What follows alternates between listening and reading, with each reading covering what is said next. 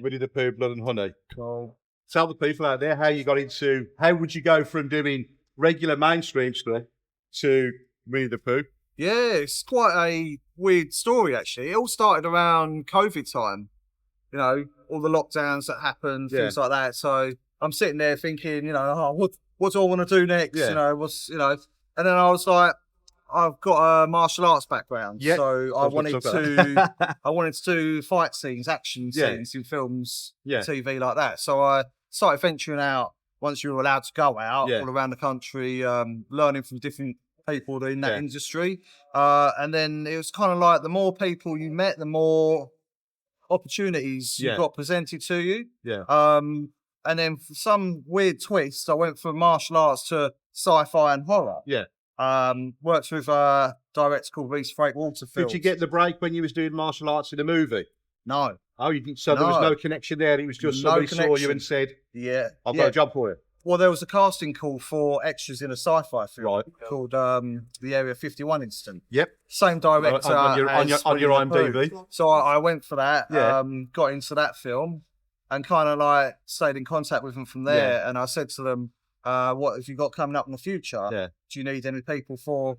And they said, oh, we're doing a Winnie the Pooh film. So I was like, you sit there, you take a double take, you're like, did you know it was like Winnie the Pooh Goes Nasty, or was it just like Winnie the Pooh? You thought it was like the original Winnie the Pooh? Yeah, so we're doing a Winnie the Pooh film. Do you want to play Pooh?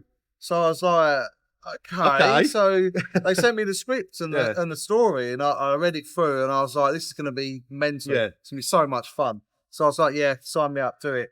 And then literally, as soon as we released the first images, it just went viral. It just went absolutely nuts. Well, I first saw it on Shudder. It come off on one of my FYPs on Shudder. And I was like, what the bloody hell is this? And then I looked into it. I thought, I'm going to watch that when it comes out. And when it come out, I was like all over it.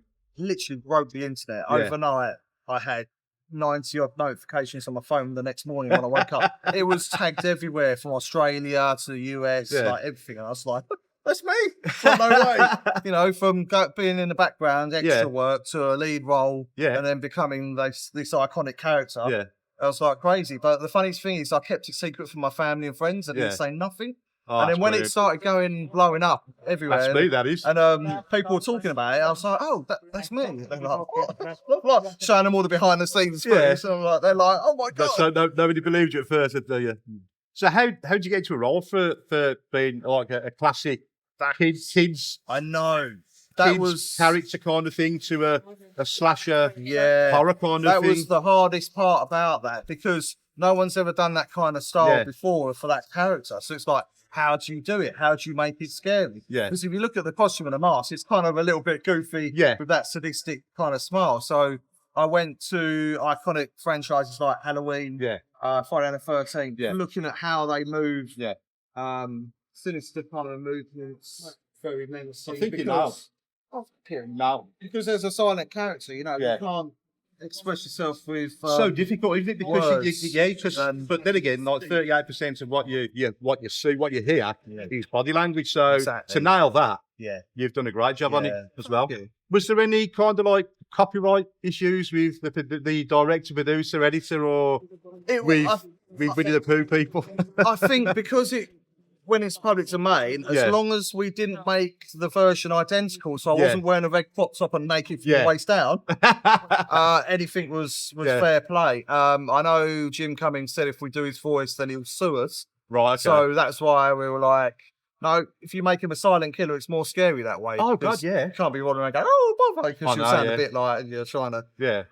He doesn't really work, and I think that like you said, I'm looking at the poster there, that it doesn't look like when you look at it, it does, but the look and the smile, it's like he's aged, like 60 years and something. Aged badly, the look of him, he's like, well, you know, if you've gone from being cuddly Winnie Pooh to that, you are going to be pissed off and you are going to want to kill people. That's very common. You got anything coming up new? Yes, I have. So, can we talk about it? Yes. Oh, lovely. There you go.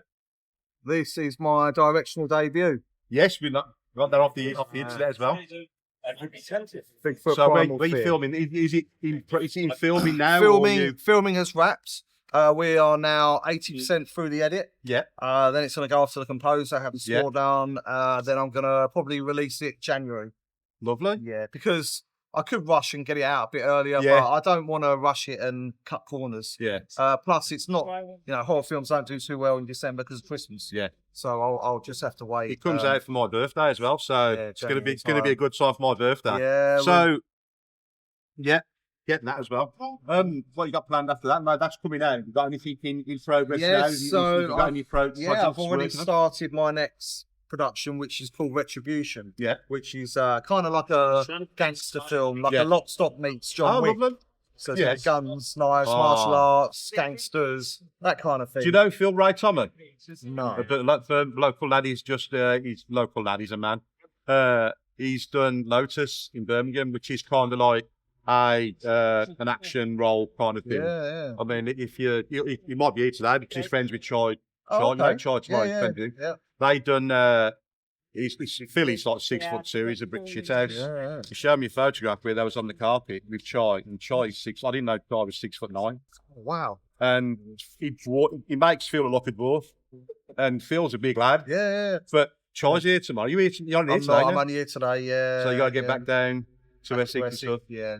So some of the other things I want to know is who got you into?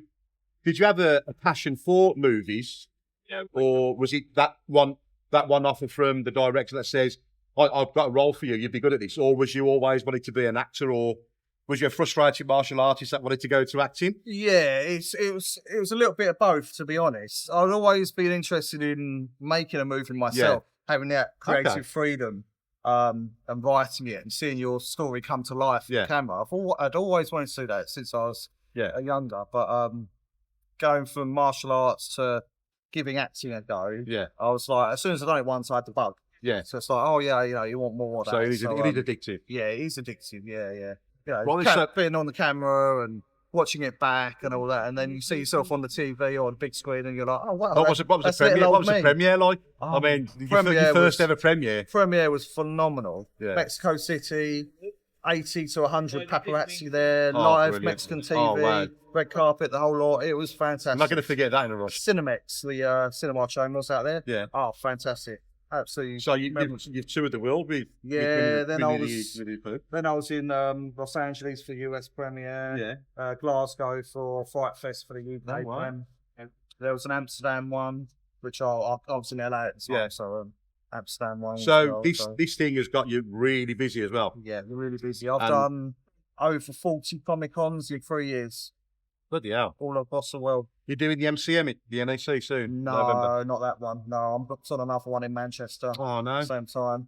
But yeah, next year I've already got 4 bookings in the US. Yeah. I've got the release of this to come as well. So. Is Winnie the Pooh big in the US? Because Winnie the Pooh is big anyway, but in the US with a slasher as well, I suppose it's got a really big cult following out in the US already. It's fantastic. To see the crowds come over and ask you questions, and they're like really like, oh my god, it's like, oh, it's brilliant. So is your hands tied with all the autographs you've been doing over there? Yeah. Love carpal tunnel. At least it beats like hitting a bag, and you're not going to get sore hands off in the bag. What is your martial art background anyway? So Jeet Kune Do. Yeah. Wing Chun. Bruce Lee. Yeah. Chinese, Filipino martial arts, and Chinese kickboxing. So would you like to do a martial art movie? Yeah. What kind of role would you see yourself? I probably wouldn't. I'd direct it. Oh, right, okay. I'm getting a bit too old for kind of like swinging my legs around everywhere now. And travelling around the world for the last 3 years. I've put on a few pounds as well. Too many good hotels and food. I put too much weight on over COVID, so anyway. Thank you so much, Craig. You're welcome. Thank you. I've loved it.